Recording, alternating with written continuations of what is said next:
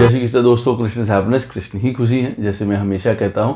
दोस्तों हम लोग आज एक बात करेंगे और इम्पॉर्टेंट वीडियो पे हमारा आत्मा कारक या हाईएस्ट डिग्री प्लैनेट के ऊपर। वीडियो स्टार्ट करने से पहले चैनल को सब्सक्राइब अवश्य कर दीजिए, लाइक करिए, कमेंट करिए, सपोर्ट करते रहिए जैसे आप लोग कर रहे हैं। अति आभार है आप लोगों का। नोटिफिकेशन बेल अवश्य पुश कर दीजिएगा ताकि मेरे द्वारा पोस्ट किए गए वीडियोज़ आपको टाइम टू टाइम मिलते रहें। जिनको पर्सनल कंसल्टेशन लेनी है अपने जीवन के बारे में, करियर के बारे में, पर्पस के बारे में, प्लैनेट्स कहाँ बैठे हैं, क्या कर रहे हैं उनकी लाइफ में, अवश्य मुझे संपर्क कर सकते हैं। मेरे नंबर्स वीडियो में फ्लैश रहते हैं, डिस्क्रिप्शन बॉक्स में नीचे दिए रहते हैं वीडियो के। आप मुझे ईमेल के थ्रू संपर्क कर सकते हैं। इतना ध्यान रखिएगा बंधुओं, जो पर्सनल कंसल्टेशंस होती हैं वो पेड होती हैं।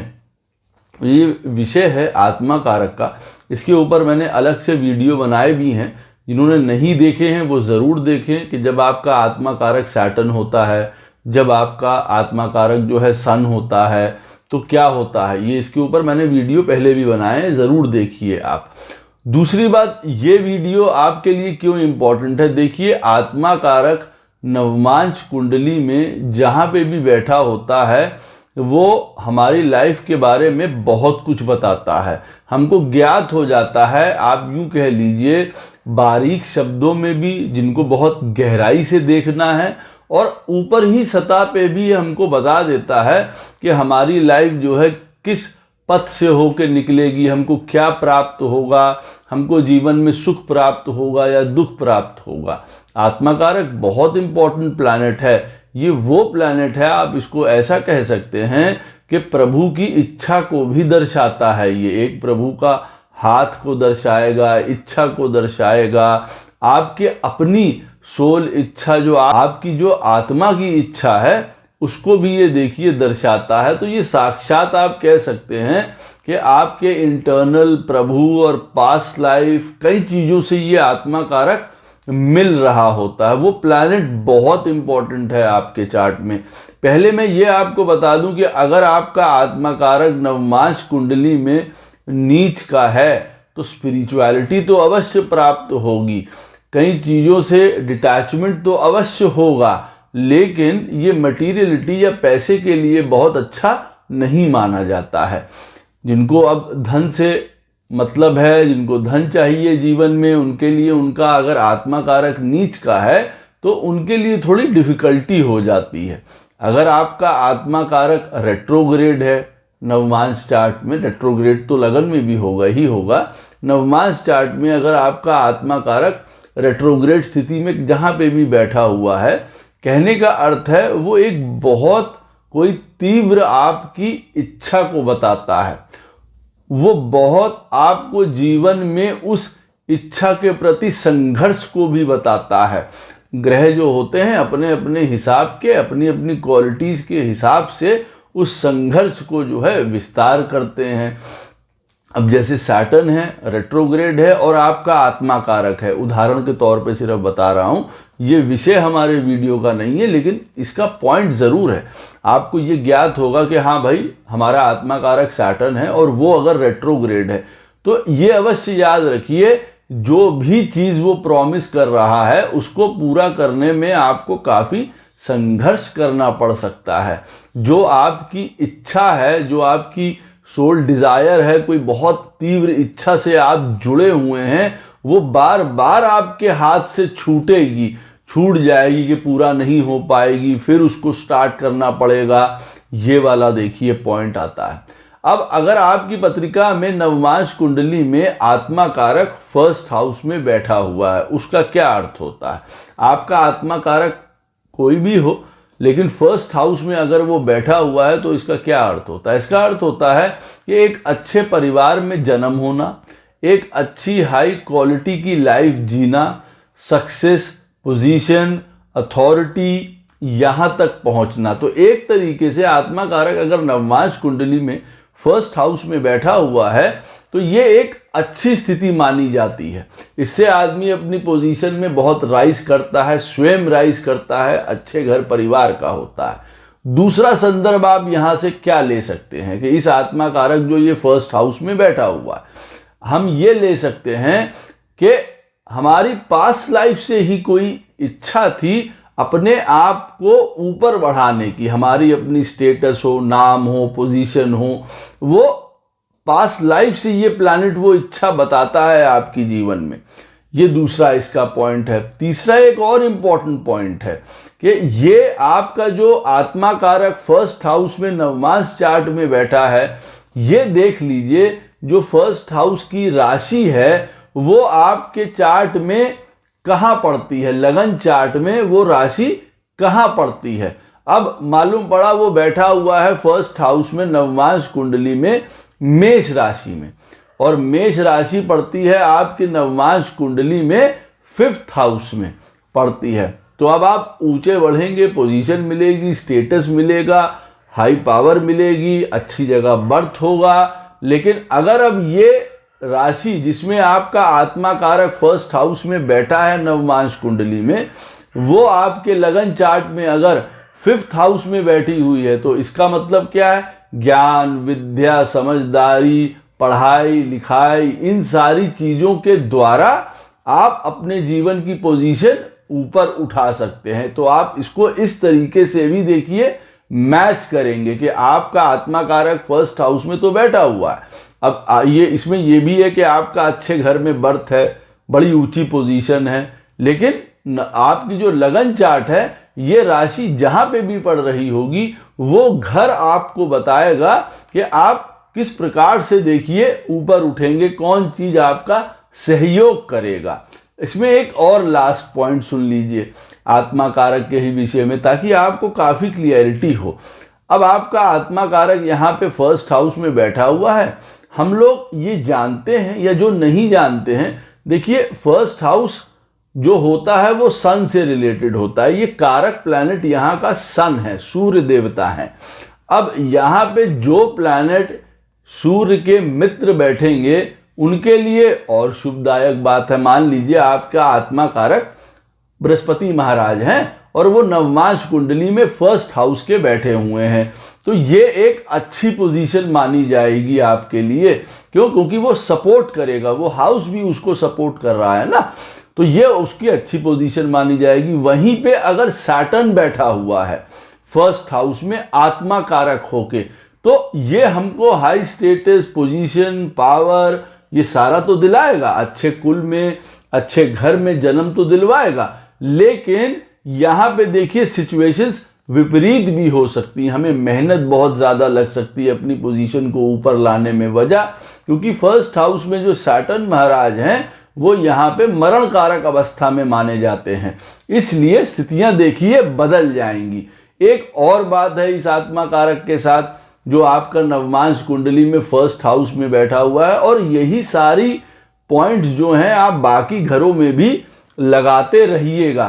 तो अब आपका फर्स्ट हाउस में जो आत्मा कारक बैठा है उसके साथ एक और पॉइंट है। अब जो उसके साथ बैठा हुआ है उसका कोई मित्र प्लैनेट, वो तो उसकी मदद करेगा, हेल्प करेगा अपने एजेंडा को पूरा करने में। फर्स्ट हाउस में भाई उसको ऊंचा बढ़ना है, पोजीशन पानी है, सब जाना है। अब उसके साथ का कोई अच्छा मित्र बैठा हुआ है तो वो उसकी मदद कर देगा। वहीं पे अगर कोई विपरीत प्लैनेट बैठा हुआ है, मान लीजिए आपका आत्मा कारक बृहस्पति महाराज हैं, फर्स्ट हाउस में बैठे हुए हैं, बहुत उत्तम बात है।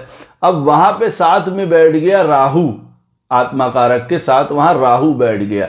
अब जो हमारी आगे बढ़ने की इच्छा है, पोजीशन है, पावर है, वो देखिए भटक सकती है। ये बात अवश्य याद रखिएगा। कई चीज की इल्यूजन में, कई प्रकार के इस जीवन की इच्छाओं में, नीड्स में, वो कई प्रकार से भ्रमित हो सकती है। तो यहां पे देखिए आत्मा कारक की स्थिति बदल जाती है, इस बात को अवश्य ध्यान रखिएगा।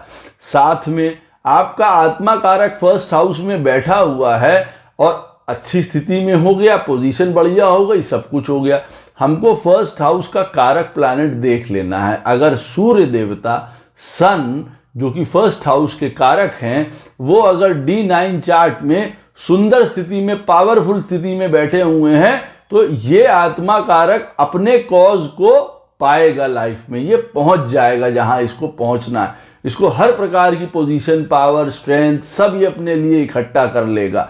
वहीं पे अगर ये कारक प्लैनेट सूर्य देवता खराब स्थिति में बैठे हुए हैं नवमांश कुंडली में, मान लीजिए 12वें स्थान में बैठे हैं, मरण कारक स्थान में बैठे हैं। और एक उदाहरण और ले लीजिए कि आपका शनि आत्मा कारक है, एक तो शनि फर्स्ट हाउस में बैठा है, वैसे ही प्रॉब्लमैटिक।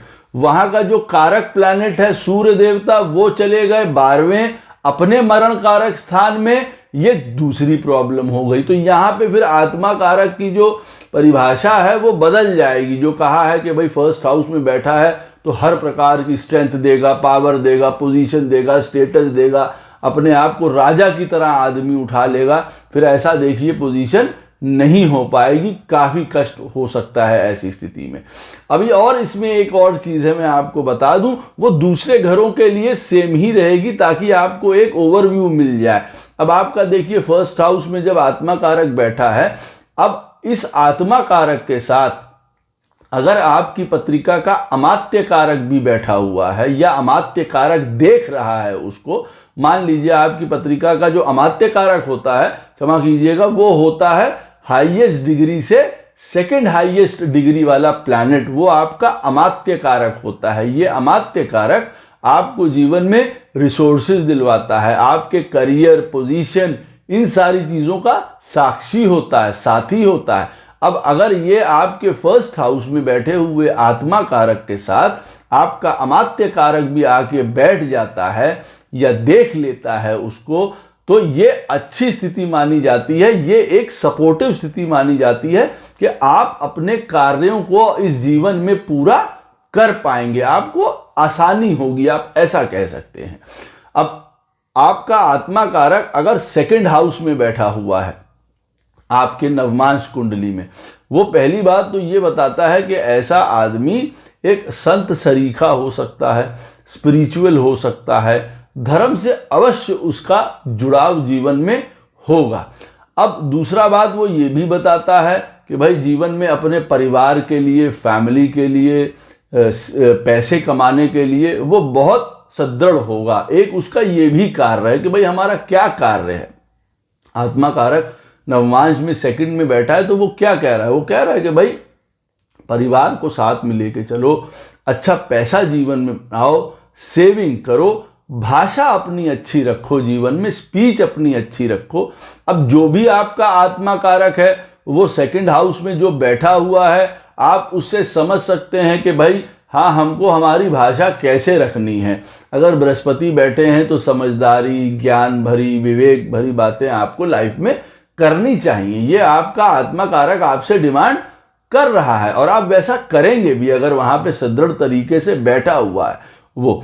और यही आप देख लीजिए, जैसे मैंने आपको पहले घर के लिए बताया है कि ये जो सेकंड हाउस में आपका आत्मा कारक बैठा है, तो ये तो आपकी ड्यूटी है आगे जीवन में करना, लेकिन ये देख लीजिए ये सेकंड हाउस की राशि आपकी पत्रिका में लगन में कहाँ पड़ती है। अब मान लीजिए वो पड़ती है आपके फोर्थ हाउस में पड़ती है, आपके लगन चार्ट में वो राशि फोर्थ हाउस में पड़ती है सेकंड हाउस की। तो अब आपका आत्मा कारक सेकंड में बैठा हुआ है, वो जो पहले चीजें मैंने आपको बताई हैं वो तो है ही है, अब साथ में फोर्थ हाउस में पड़ती है, तो आपको अपने जीवन में घर, प्रॉपर्टी, माताजी, इन सब का साथ भी देना पड़ेगा, आपको बनानी भी पड़ेंगी, माताजी का भी साथ देना पड़ेगा, या यूं कह लीजिए वो सब लोग आपको अपना जीवन बनाने में, आपके अपने फैमिली बनाने में, घर बनाने में, पैसे से, वो सब भी आपको मदद करेंगे एक तरीके से। तो वो भी एक अच्छी बात है, हमको इस तरीके से भी मैच करना।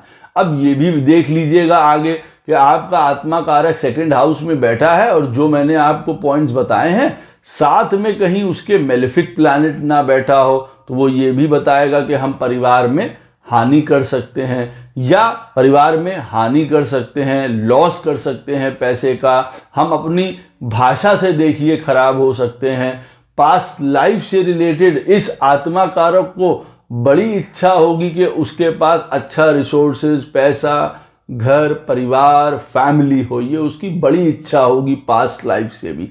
अब जितनी सुदृढ़ और अच्छी पोजीशन में ये बैठा होगा, उतने ही आपको अनुपात में उसके फल मिलते रहेंगे। अब अगर आपका आत्मा कारक सैटर्न है मान लीजिए उदाहरण के तौर पे, वो सेकंड हाउस में बैठा हुआ है नवमांश चार्ट में, साथ में कोई राहु केतु जैसा प्लैनेट बैठा हुआ है, तो आप समझ सकते हैं आप अपनी रिस्पॉन्सिबिलिटीज को पूरा करने में कितनी आपको कठिनाई आएगी। इस आत्मा कारक को उसके साथ कई प्रकार की चीजें जुड़ी होंगी। हाँ, स्पिरिचुअल पर्पस के साथ अच्छा हो सकता है।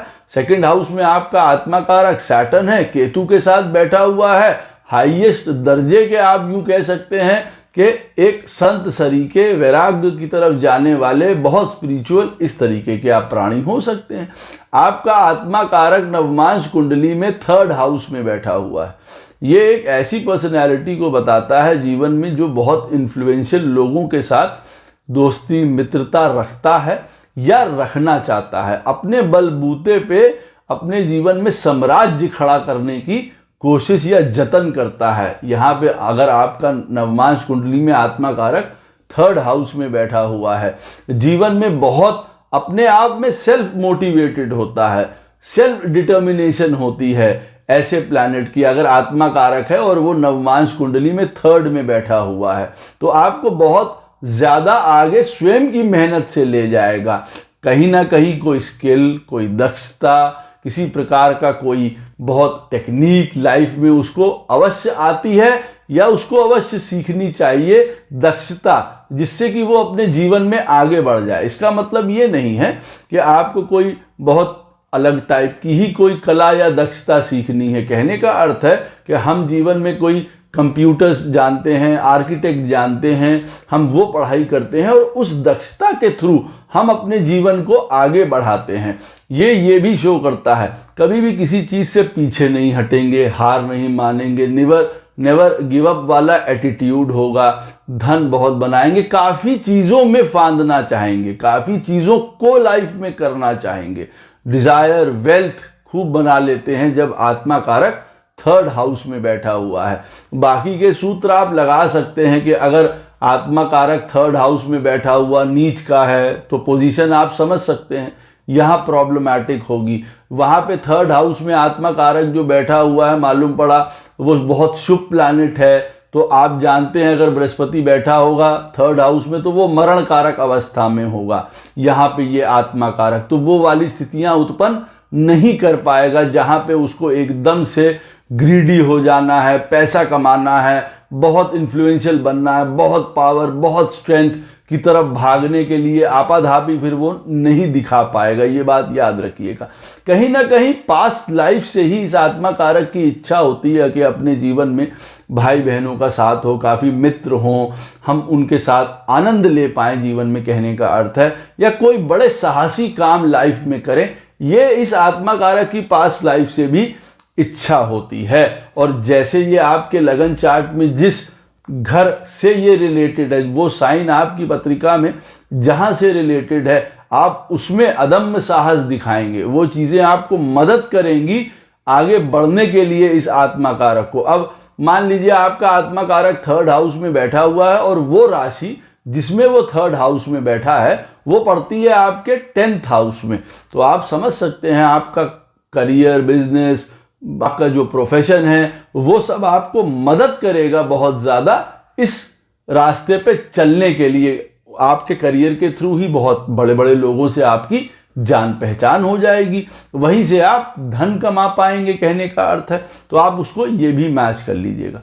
आपका आत्मा कारक अगर 4th हाउस में बैठा हुआ है नवमांश चार्ट में, तो ऐसा व्यक्ति आप कह सकते हैं कि कर्म योगी होता है, जीवन में 24 घंटे काम करता रहता है, काम का सोचता रहता है, या उसको काम का सोचना चाहिए। अगर वो और हजारों स्थितियों की वजह से अपने चार्ट में अगर वो ये नहीं कर पा रहा है तो उसका एजेंडा सबसे बड़ा ये है कि देखिए अपने जीवन में जो है कर्म योगी बनना है, उसी के थ्रू जीवन में सुख खरीदना है, आनंद खरीदना है। अब यहाँ पे बैठा हुआ 4th हाउस में आत्मा कारक ये अवश्य बताता है कि जीवन में हर प्रकार की हैप्पीनेस, सुख, आनंद, मदर से प्रेम, ये सारी चीज़ें वो देखिए बताता है कि ये आत्मा कारक ये चाहता है, अंदर से उसकी इच्छा है कि भाई प्रॉपर्टी बने, माता जी का साथ मिले, अच्छी भावनाएं हों, अच्छी एजुकेशन प्राप्त हो हमको जीवन में। लेकिन अब आप यहाँ पे ये समझ सकते हैं, जैसे मैंने आपको पहले बताया है कि अगर आपका आत्मा कारक 4th हाउस में बैठा हुआ है और वो वहां पे कंफर्टेबल नहीं है, तो मालूम पड़ेगा आप अपने इमोशंस में ही बंध के रह जाएंगे, अपनी ही भावनाओं में बंध के रह जाएंगे। घर की परिस्थितियां खराब हो सकती हैं जिसकी वजह से ये आत्मा कारक आगे ही नहीं बढ़ पाए। अपने यूं कह सकते हैं कई भावनाओं का मतलब होता है कि भाई हमारे जीवन में कई प्रकार की डिप्रेशंस हो रहे हैं, हमारी तबीयत खराब हो रही है, हम उन चीज़ों की तरफ जा ही नहीं पा रहे हैं, हम उलझे हुए हैं अपने दिमाग के साथ, अपने घर के साथ हम उलझे हुए हैं। मालूम पड़ा हम अपने जीवन में आगे बढ़ ही नहीं पा रहे हैं। अब यहाँ पे जो प्लैनेट है आपका आत्मा कारक 4th हाउस में, अगर वो शुभ प्लैनेट है जैसे बृहस्पति है, बुध महाराज हैं, शुक्र हैं, वो तो सब यहाँ पे बहुत कंफर्टेबल होंगे। लेकिन अगर सैटर्न है, मंगल है, वो आपके आत्मा कारक होके 4th हाउस में अगर बैठेंगे तो बट नेचुरल है आपके लिए कई प्रकार की चुनौती शो करेंगे वहां पे बैठ के, क्योंकि वहां पे वो कंफर्टेबल नहीं होते हैं बिल्कुल भी। और साथ में अगर मान लीजिए कि राहु केतु जैसे प्लैनेट बैठे हैं या आपका आत्मा कारक मंगल है, वहां साथ में शनि बैठा हुआ है, तो आपके लिए हैप्पीनेस से रिलेटेड बहुत प्रॉब्लम्स आने वाली हैं, सुख से रिलेटेड बहुत प्रॉब्लम आने वाली हैं।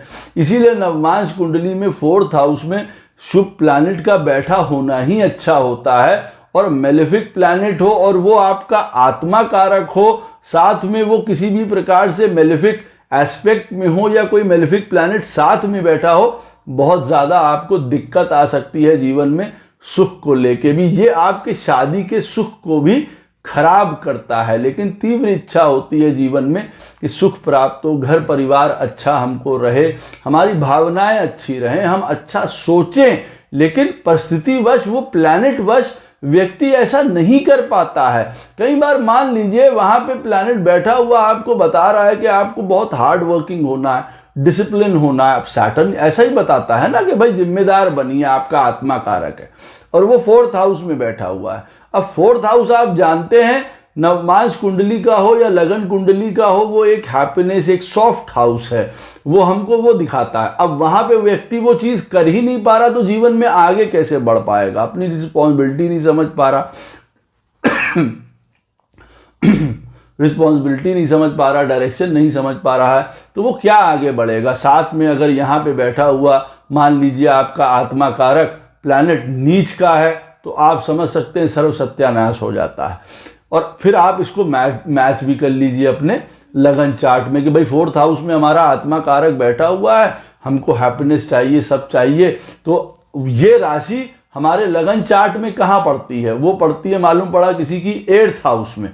तो अब ये हैप्पीनेस हमको जो है, सुख जो है, हमको हमारे इन लॉज के थ्रू मिल सकता है। अगर शुभ प्लैनेट है मान लीजिए तो हमको अपने इन लॉज के तहत मिल सकता है, इतना हम बता दें।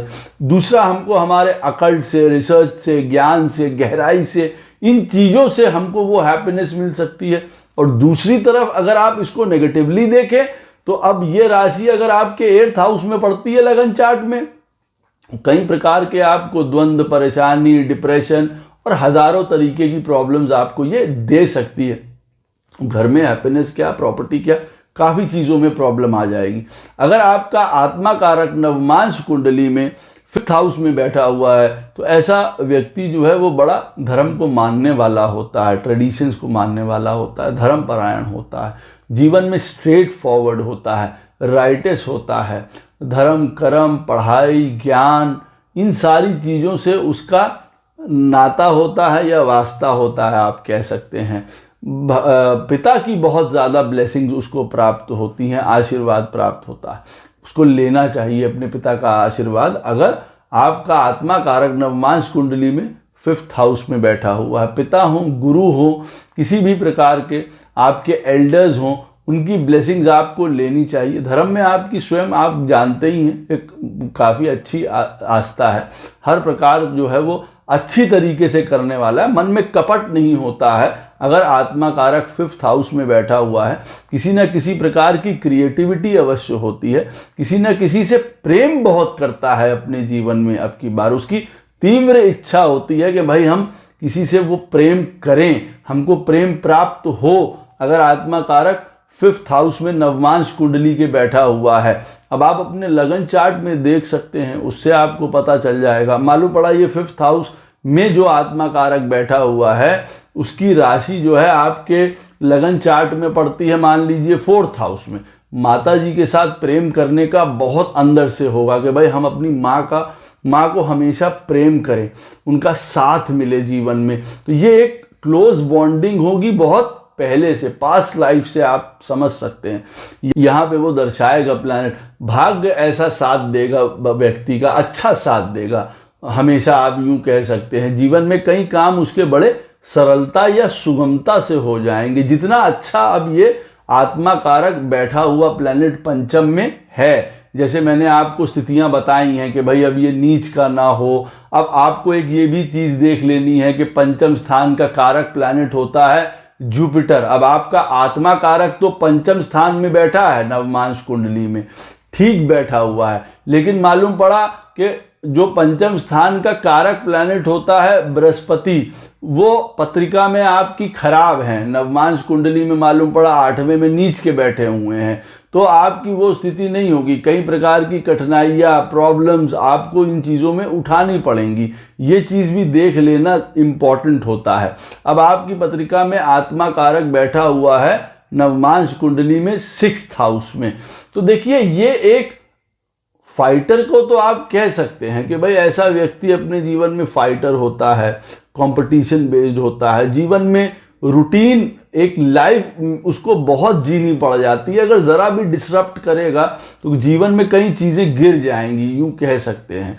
काफ़ी संघर्ष वाला जीवन हो सकता है, काफ़ी परेशानी वाला जीवन हो सकता है, काफ़ी कष्ट हो सकते हैं, बीमारी बहुत रह सकती है जीवन में, ट्रबल रह सकती है, कोई लॉ प्रॉब्लम है, कोई हेल्थ इश्यूज हैं, किसी प्रकार के लोन्स हैं, ऋण हैं, झंझट हैं, लड़ाई है, ये सब से उसको बहुत निकलना पड़ेगा। अगर आत्मा कारक आपका नवमांश कुंडली में 6ठे में बैठा हुआ है तो ये कई प्रकार की आपके लिए प्रॉब्लम्स भी शो करता है, लेकिन साथ में एक फाइटर एटीट्यूड देता है, साथ में एक कॉम्पिटिटिव एटीट्यूड देता है, साथ में वो बताता है कि हार मत मानिए, आगे बढ़ते रहिए, हर प्रकार से अपने आप को डिसिप्लिन रखिए, हर प्रकार से अपने आप को ऑर्गेनाइज्ड स्ट्रक्चर करना बहुत ज़्यादा ज़रूरी हो जाता है। यहाँ पे आप ये नहीं कह सकते कि हम चला लेंगे, हम कर लेंगे, बिल्कुल नहीं। अगर आत्मा कारक 6th हाउस में बैठा हुआ है तो अपने दोषों को पहचानिए, उनको दूर करिए और बहुत ही संयमित लाइफ बिताइए। अदरवाइज किसी भी प्रकार की प्रॉब्लम्स आपको जीवन में यहाँ पे प्राप्त हो सकती हैं। अगर आपका आत्मा कारक 6ठे स्थान पे बैठा हुआ है और सैटर्न भी आपकी पत्रिका में या नवमांश चार्ट में जो है मालूम पड़ा वो खराब स्थिति में बैठा है, तो पोजीशन और खराब हो जाएगी यहाँ पे, क्योंकि 6th हाउस का कारक प्लैनेट सैटर्न महाराज हैं। अब अगर वो अच्छे होंगे तो समझ लीजिए प्राण थोड़े बच जाएंगे। अब सैटर्न भी खराब हैं अगर ऐसी स्थिति में तो बहुत ज़्यादा प्रॉब्लम हो सकती है। यहाँ पे सत्यनारायण की कथा और पूर्णिमा का व्रत करना बहुत इंपॉर्टेंट हो जाता है अगर आत्मा कारक नवमांश में 6th हाउस में बैठा हुआ है। कौन कौन सी प्रॉब्लम्स आ सकती हैं ये आप अपने लगन चार्ट से भी मैच कर सकते हैं। अब आपका आत्मा कारक 6th हाउस में बैठा हुआ है, ये राशि आपकी पड़ती है मान लीजिए 4th हाउस में पड़ती है लगन स्थान में, तो आपके जीवन में स्वयं की प्रॉब्लम्स तो होंगी ही होंगी, घर परिवार, माता जी, प्रॉपर्टी के झंझट, ये सारी चीज़ें भी होंगी, या चाइल्डहुड से ही आपको प्रॉब्लम स्टार्ट हो जाएगी। तो उसके लिए करेक्ट उपाय जानना या पत्री को समझना बहुत ज़रूरी हो जाता है।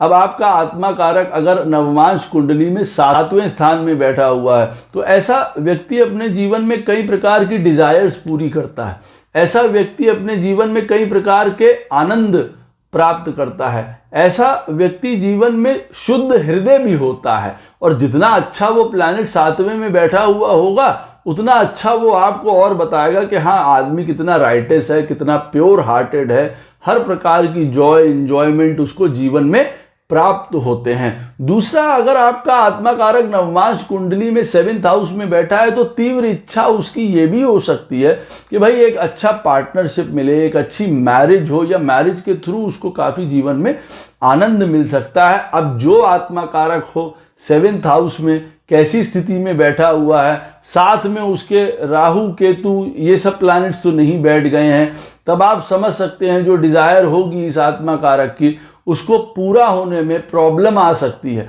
अब आपका आत्मा कारक सेवेंथ हाउस में नवमांश कुंडली में नीच का बैठा हुआ है, साथ में केतु बैठा हुआ है, और सातवें स्थान का आप मान लीजिए कारक शुक्र महाराज जो हैं वो बैठे हुए हैं छठे में नवमांश कुंडली में, वो भी खराब स्थिति में बैठे हैं। तो आप समझ सकते हैं जो मैरिज से रिलेटेड इच्छा है वो पूरी होने में बहुत दिक्कत आती है, या वहीं से हमको जीवन में बहुत प्रॉब्लम्स उठानी पड़ जाती हैं। अगर आपकी पत्रिका में आत्मा कारक बैठा हुआ है नवमांश कुंडली में 8वें स्थान पे, ये स्थिति अच्छी नहीं मानी जाती है। आत्मा कारक नवमांश कुंडली में अगर 8वें में बैठा हो तो कई प्रकार की आप मान के चलिए मिजरी, दरिद्रता, काम में परेशानी, हेल्थ इश्यूज, जीवन में बहुत ऑब्स्टिकल्स, उसको बहुत मेहनत करनी पड़ जाती है अपने जीवन में। जीवन एक प्रकार से ऐसा हो जाता है कि क्या कमाया और क्या खाया वाली बात, बच भी नहीं सकते हैं उस चीज से। तो एक निरंतर संघर्ष चलता रहता है, निरंतर फाइट चलती रहती है। कई प्रकार की यहाँ पे प्रारब्ध एक्टिवेट हो जाता है। आत्मा कारक का नवमांश कुंडली में अष्टम स्थान में बैठे होने का मतलब है कि जीवन में कहीं ना कहीं विपदा या बाधा अवश्य आ सकती है। अब वो 8वें में बैठा हुआ किस स्थिति में है वो देखिए एक अलग बात है, लेकिन हाँ यहाँ पे ये अवश्य समझ जाना चाहिए कि अगर आत्मा कारक अब शनि है और वो अष्टम में बैठेगा, अष्टम उसी का घर है, वो वहीं के कारक है, वो आपको इतनी प्रॉब्लम नहीं प्रदान करेगा।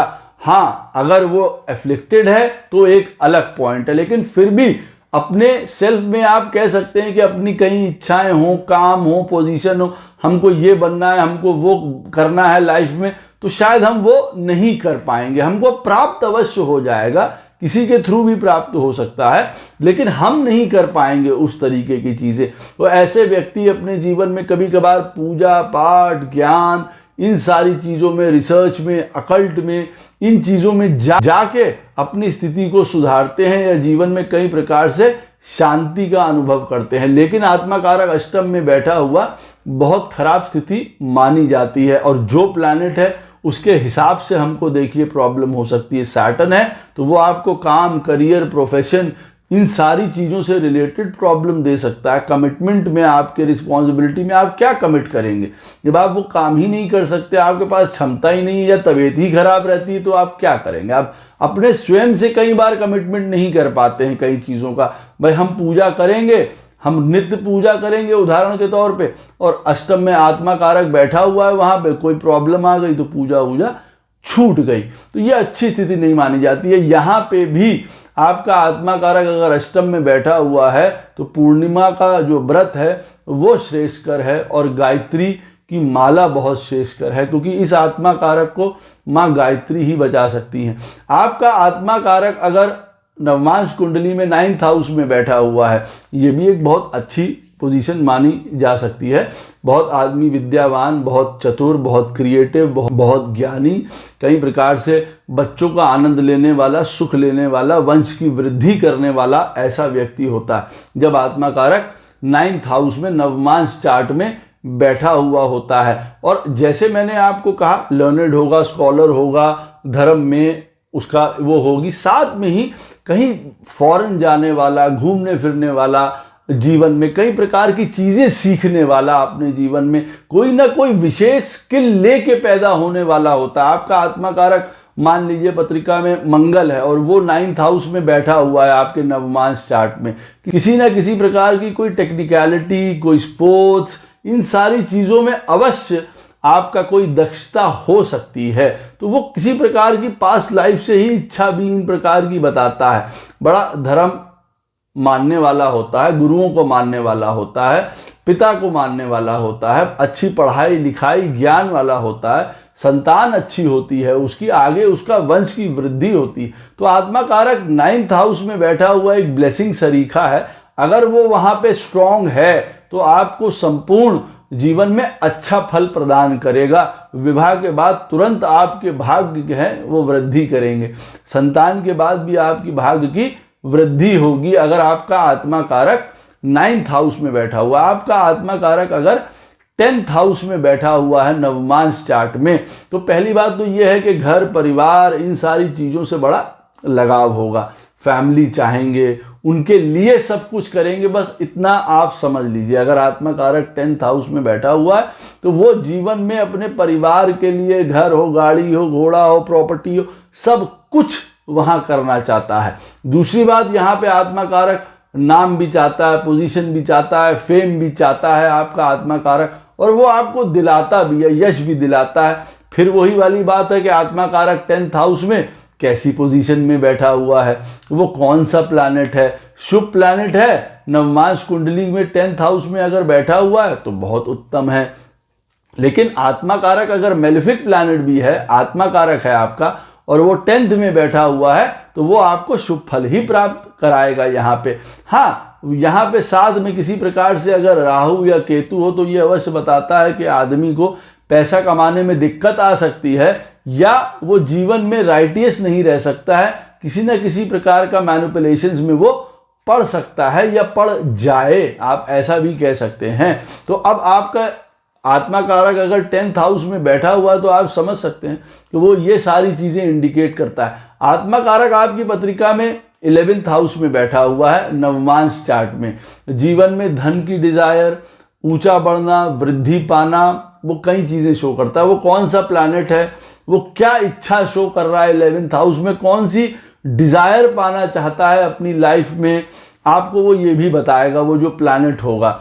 दूसरी बात, ये 11th हाउस आपका नवमांश चार्ट में आपके लगन चार्ट में कहाँ पड़ता है, मतलब वो राशि कहाँ पड़ती है, मान लीजिए वो उस चीज का बहुत ज्यादा डिजायरेबल होगा। मालूम पड़ा अगर वो राशि 5th हाउस में पड़ती है, उसकी तीव्र इच्छा होगी कि भाई उसकी संतान अच्छी हो, उसको विद्या अच्छी प्राप्त हो, उसको जीवन में किसी का प्रेम मिले, ये सबसे बड़ी इच्छा होगी। कोई पोजीशन, कोई पॉलिटिक्स, कोई पावर, उसको उन चीजों की भी इच्छा होगी। तो आत्मा कारक अगर 11th हाउस में बैठा है, इन चीजों से इच्छा से रिलेटेड हो सकता है। जैसे मैंने आपको उदाहरण दिया कि आप मैच करके देख लीजिए कि आपके लगन चार्ट में वो राशि कहाँ पड़ रही है, तो उस तरीके की तीव्र इच्छा वो बता सकता है। एक ऊंचा, उसके दोस्त हों, उसके बड़े इन्फ्लुएंशियल लोग हों, ये वो भी चाहता है। हाँ, काफ़ी, जैसे 11th हाउस में बैठा हुआ आत्मा कारक जो है काफ़ी मेहनत वो भी करता है, बहुत ब्रेव होता है, बहुत डिटरमाइंड होता है, बहुत करेजियस होता है।